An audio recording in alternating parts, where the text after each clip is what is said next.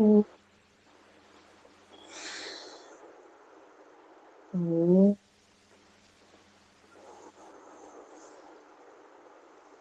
ఓ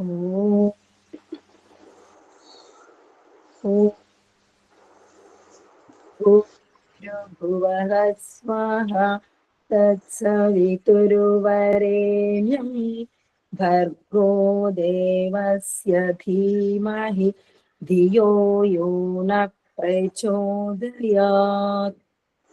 ఓం అసతో మా సద్గమయ తమసో మా జ్యోతిర్గమయ మృత్యోర్మా అమృతం గమయ. ఓం సహనావతు సహనౌ భునక్తు సహ వీర్యం కరవావహై తేజస్వినావధీతమస్తు మా విద్విషావహై. శాంతి శాంతి శాంతి. నమస్తే అమ్మా, సర్వేభ్యో నమో నమః. అందరికీ నమస్తే. మనం యోగ దర్శనంలోని 49వ సూత్రంలో ఉన్నాము. రితంభర ప్రజ్ఞ. ఎప్పుడైతే చిత్తమున రజోతమ గుణాల యొక్క నిర్మూలన జరిగిపోతుందో, శిథిల అవస్థకి చేరుకుంటాయో, అప్పుడు సత్వము, సత్వానికి తర్వాత తురీయ స్థితి ఉందో, అప్పుడు చిత్తమున ప్రకాశమే ఉంటుంది. ఆ ప్రకాశంలో బుద్ధి చక్కటి ఆలోచనలను ఆలోచిస్తుంది, సూక్ష్మ సూక్ష్మ విషయాలను గ్రహిస్తుంది అనేది మనం తెలుసుకునే ప్రయత్నం చేశాం. ఈరోజు సూత్రం శ్రుతానుమాన ప్రజ్ఞాభ్యా మన్య విషయ విశేషార్థతత్వాత్. శ్రుత అనుమాన ప్రజ్ఞాభ్యాం అన్య విషయ విశేషార్థత్వాత్. ఇక్కడ శృతం, శృతం అంటే ఏంది? శబ్దం. శృతి అంటే వేదములు. వేదములేంటి? శబ్ద ప్రమాణములు. వేదములు శబ్ద ప్రమాణములు. సృష్టి అనుమాన ప్రమాణము. ధ్యానములో పరమాత్ముడు ప్రత్యక్ష ప్రమాణము. మహాపురుషుల యొక్క చరిత్ర ఐతిహాసిక ప్రమాణములు. ఇలా మనం ప్రమాణాల గురించి చాలా తెలుసుకున్నాం. ఇప్పుడు మనము నిత్య పదార్థాలు ఏవి అన్నాము. శృతం అంటే విన్నాము. ఏమని? నిత్య పదార్థాలు 3 అని. ఏంటి అవి? ఆత్మ, పరమాత్మ, ప్రకృతి. ఈ 3 కూడా నిత్య పదార్థాలే. కానీ ఇక్కడ విశేషం ఏంటి?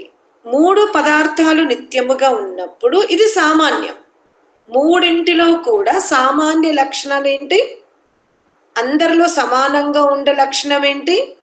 ఈశ్వరులో కానీ, జీవుల్లో కానీ, ప్రకృతి యందు కానీ సమాన లక్షణం ఏదుంది? అనాది. అనాది. అనాది పదార్థము, నిత్య పదార్థము, ఉపాదాన కారణము లేని పదార్థం. అర్థమైంది? సిద్ధాంతము 3 సమానమే. ఉపాదాన కారణము లేదు, దేవుడికి కారణము లేదు, జీవునకు కారణము ఏమైంది? లేదు కదా. అదే అందరూ గూఢం కూర్చోకండి. సిద్ధాంతాన్ని ఇన్నిసార్లు విన్నారు కదా, టకా టక్క నెమరేసుకోండి. ఉపాదాన కారణం అంటే పరమాత్ముడు దేని నుండి పుట్టలేదు, జీవాత్మ దేని నుండి పుట్టలేదు, దేని నుండి పుట్టలేదు, మూల ప్రకృతి కూడా దేని నుంచి పుట్టలేదు, పుట్టదు. కాబట్టి ఈ 3 పదార్థాలు సమాన ధర్మముతో ఉన్నవి. నిత్య పదార్థాలు, వీటి వెనుక ఎటువంటి కారణాలు లేవు, సమాన ధర్మం ఉంది. ఇప్పుడు విశేష ధర్మం ఏంటి? ముందు జీవాత్మ ప్రకృతిని తీసుకుందాం. మూడు, పరమాత్మని తీసుకోండి, జీవాత్మను తీసుకోండి, ప్రకృతిని తీసుకోండి. మూడింటిలో ఏంటి సమాన ధర్మం ఏదుంది? మూడింటిలో సమాన ధర్మం ఏంటి? అనాది, అనాది, ఉపాదాన కారణము లేనివి, తర్వాత నిత్య పదార్థాలు. ఇవి సమాన ధర్మములు మూడింటిలో ఉన్నవి. ఎవరెవరి యందు? ఆత్మయందు, పరమాత్మయందు, ప్రకృతి. అర్థమైందా? ఇప్పుడు విశేష ధర్మాలు తెలుసుకుందాం. ప్రకృతిలో వస్తువుతో సంయోగం అవుతుంది, కాలాంతరములో అది వస్తువుతో వియోగం అవుతుంది. ఇది ప్రకృతి యందు ఉన్న విశేష ధర్మం, గొప్ప ధర్మం. మనం ప్రకృతి యొక్క అణువులతో అద్భుతమైన పదార్థాలని మనం తయారు చేసుకోవచ్చు. ఈ విశేష ధర్మము మీకు జీవుని యందు లేదు. అర్థమైందా? జీవుడు పక్కన మరొక జీవుడు కూర్చున్నాడంటే యుద్ధమే, అవునా కదా? ఒక అణువు పక్కన పద్మకే వీడియో ఆన్ ఉండని ఏం కాదు, నాకు కూడా తెలుస్తుంది కదా. మీరు సంతోషంగా ఉన్నారా, జడముగా ఉన్నారా, అందరు వీడియో ఆఫ్ చేసుకొని కూర్చుంటారు. అర్థమైందా? ఇప్పుడు సమాన ధర్మములో ఉన్నవి మూడు. విశేష ధర్మాలు ఏంటి? ప్రకృతి పక్కన మరొక అణువు కూర్చోవచ్చు, కానీ జీవుడు పక్కన ఇంకో జీవుడు కూర్చోకూడదు. అర్థమైందా? విశేష ధర్మం తీసుకుంటే సామాన్య ధర్మంలో ముగ్గురు సమానముగా ఉన్న విశేష ధర్మాలతో ప్రకృతి వేరైపోయింది. ఇప్పుడు జీవాత్మ పరమాత్మ తీసుకుంటారు. ఈ జీవాత్మ పరమాత్మలో ఏమేమి ఉన్నవి? సమాన ధర్మములు ఉన్నవి. ఏంటి ఇవి? రెండు కూడా చైతన్య స్వరూపాలు. కానీ విశేష ధర్మం ఏమిటి అంటే పరమాత్ముడు సృష్టికర్త కాగలుగుతాడు, జీవుడు ఎప్పుడు కూడా సృష్టికర్త కాలేడు. అర్థమైందా? కానీ ప్రకృతి ఆత్మను ప్రవేశింపజేయదు,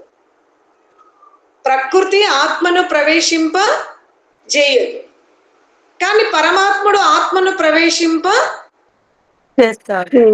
చేస్తాడు కదా ప్రకృతి అంతా. అర్థమైందా? ఇక్కడ తీసుకుంటే ఇప్పుడు మాతాపితరులు సంతానం కావాలని సంకల్పం తీసుకోకపోతే అక్కడ శరీరం ఉండదు. శరీరం లేనప్పుడు పరమాత్ముడు అక్కడ ఆత్మని కూడా పెట్టలేడు కదా. కాబట్టి కొన్ని విశేష ధర్మాలు పరమాత్మలో ఉన్నవి, కొన్ని విశేష ధర్మాలు జీవుల్లో ఉన్నవి, కొన్ని విశేష ధర్మాలు ప్రకృతిలో ఉన్నవి. అర్థమైందా? ఈ మూడింటి పదార్థాలను వేరువేరుగా తెలుసుకోగలిగే బుద్ధి సామర్థ్యం మనకు అర్థమైంది. ఇంతకు ముందు ఏమనుకునే వాళ్ళము? అసలు శాస్త్రాలు వినకముందు, శాస్త్ర జ్ఞానం లేకముందు చచ్చిపోయాడు అంటే అందరము చచ్చిపోయాము అనుకుంటాం. ఏది? ఆత్మ అన్ని చనిపోయాయి అనుకుంటాం. ఈ శాస్త్ర జ్ఞానం వచ్చిన తర్వాత ఏమర్థమైంది? ఓకే, మరణిస్తే కేవలం స్థూల దేహం మాత్రమే విలీనం అవుతుంది, అది కూడా కారణంలో కలిసిపోతుంది. అంతకుముందు చనిపోవడం అంటే ఇంకా ఏమీ ఉండదు అనుకున్నా, అవునా? అంతకుముందు చనిపోవడం అంటే ఏమీ ఉండదు అనుకుంటా. ఇప్పుడేమర్థమైంది? స్థూల దేహము లయమవుతుంది, కారణ ప్రకృతిలో కలిసిపోతుంది. ఆ శరీరంలో ఉన్నటువంటి జీవుడు తనతోటి కారణదేహాన్ని, సూక్ష్మదేహాన్ని తీసుకొని ఇంకొక చోటకి వెళ్తాడు అని తెలుసుకున్నాం. తర్వాత మళ్ళీ శాస్త్ర జ్ఞానాన్ని స్వయం మీద అన్వయించుకున్నప్పుడు ఏమర్థమైంది? అసలు మనం స్థూల దేహము లేకుండా, కారణదేహం లేకుండా, సూక్ష్మదేహము లేకుండా కూడా ఇంకొక లోకానికి వెళ్తాము, అది మోక్షము అని అర్థమైంది. తర్వాత ఏమర్థమైంది? మోక్షంలో అక్కడే ఉంటామా? అక్కడే ఉంటాం, ఇంత కష్టపడ్డందుకు మళ్ళీ తిరిగి రావడం ఏంటి అని అనుకున్నాం. తర్వాత ఏమర్థమైంది, ఇలా అన్ని ఆత్మలు ఏదో ఒక రోజు మోక్షానికి వెళ్ళిపోతే, మోక్షం నుండి కిందికి తిరిగి రాకపోతే మరలా ఆత్మల్ని మరి పరమాత్ముడు పుట్టించాలి కదా. మరి పుట్టిస్తే స్టార్టింగ్ ఏ యోని ఉంది అంటే దీన్ని బట్టి మనం ఏం తెలుసుకున్నాము, జీవుడు మోక్షానికి వెళ్తాడు, కర్మాశయము పరమాత్ముని దగ్గర ఉంటుంది. స్థూల దేహాన్ని, కారణదేహాన్ని, సూక్ష్మదేహాన్ని పరమాత్మునికి ఇచ్చేస్తాడు. మళ్ళీ తిరిగి వచ్చేటప్పుడు పరమాత్ముని దగ్గర మళ్ళీ 3 దేహాలను తీసుకుంటాడు అన్న జ్ఞానం మనకు అర్థమైందా లేదా? ఏంటి శృతం? ఈ జ్ఞానం అంతా మీకు ఏమైంది? శబ్దంలో ఉందా, సాక్షాత్కారంలో ఉందా? శబ్దంలో ఉంది.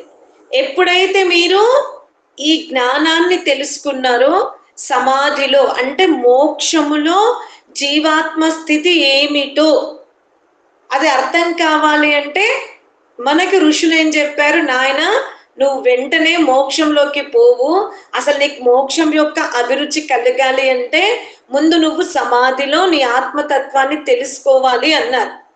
మళ్ళీ మనం సమాధియా, ఇన్ని రోజులు సమాధి అంటే ఏదో పాతి పెట్టడం అనుకున్నాం, కానీ ఇప్పుడు ఏమర్థమైంది, జనరల్ గా సమాధి అయ్యారంటే ఏంది, పాతి పెట్టేశారు, సమాధి కట్టారు అని అంట.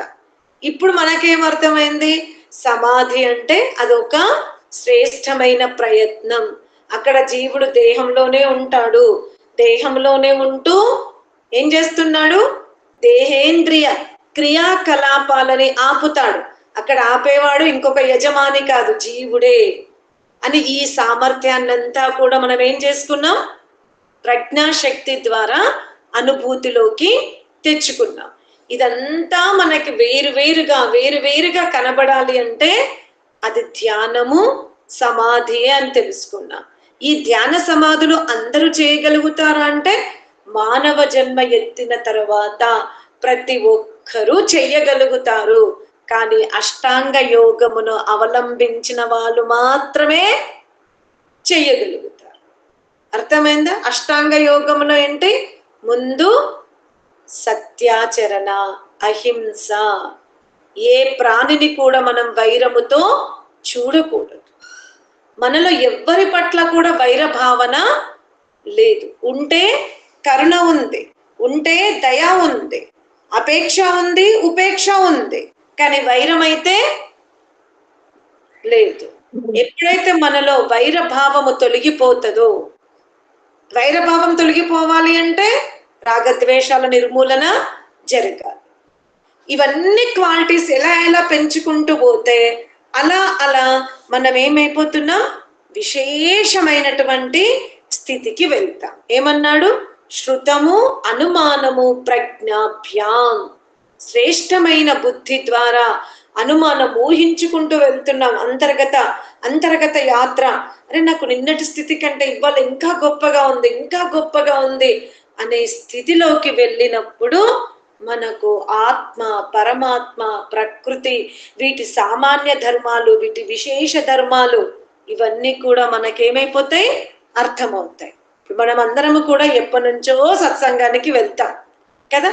ఆ సత్సంగములో సామాన్య స్థితి ఎవరిది, విశేష స్థితి ఎవరిది తెలియాలి అంటే మనం తెలుసుకోవడానికి వెళ్తున్నాం. ఎవరి గురించి, ఎల్లమ్మ, మల్లమ్మ, పోషమ్మ గురించి కాదు. మన ఆత్మ సామాన్య స్థితిలో ఉందా లేదా విశేషమైన గుణాలతో ఉందా? అర్థమైందా? సమాన ధర్మాలు, విశేష ధర్మాలని కూడా మనం తెలుసుకునేంత సూక్ష్మ స్థితికి వెళ్ళిపోయాము అంటాడు. ఆ స్థితి మనకు వస్తుంది. ఇంతవరకు మనం ఏంటి, శాస్త్రజ్ఞానము ద్వారా గురుముఖంగా తెలుసుకున్నాము. ఈరోజు స్వయముగా అనుభూతిలోకి తెచ్చుకున్నాం. మళ్ళీ ఏమంటాడు, తజ్జ సంస్కారో అన్య సంస్కార ప్రతిబంధి. తజ్జ సంస్కారో అన్య సంస్కార ప్రతిబంధి. ఒకప్పుడు మనకేంటి, ధ్యానం చెయ్యాలంటే శరీరము సహకరించలే. శరీరం సహకరించడం అలవాటు చేసుకున్నాక మనస్సు సహకరించలే.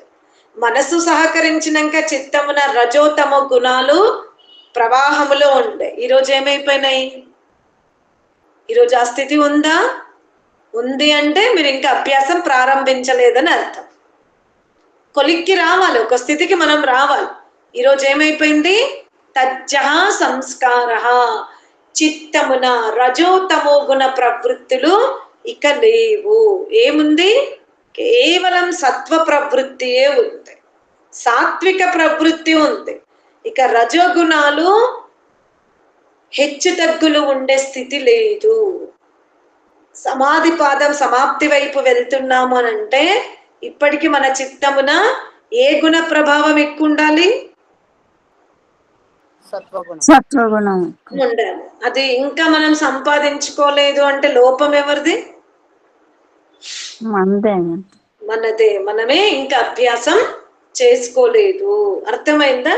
ఇక సత్వ ప్రవృత్తి ప్రబలముగా ఉంది, రజః తమ ప్రవృత్తి అసలు పెరిగే అవకాశమే ఉండదు, లేదు ఇంకా. ఎందుకంటే మన లక్ష్యం ఇప్పుడు ఎవరయ్యారు? మనం ఇప్పుడు విశేషాత్మలమయ్యాం. మొన్నటి వరకు మనము సామాన్య ఆత్మలమే, మన కోరికలు కూడా సామాన్యంగా ఉండే. ఇప్పుడు ఏమైపోయినాయి? మన కోరిక సామాన్యంగా ఉందా, విశేషంగా ఉందా? విశేషంగా ఉంది. ఇప్పుడు మనకు భౌతిక కోరికల పట్ల ఆసక్తి తగ్గిందా? ఇంకా తగ్గు ముఖం పడుతుందా?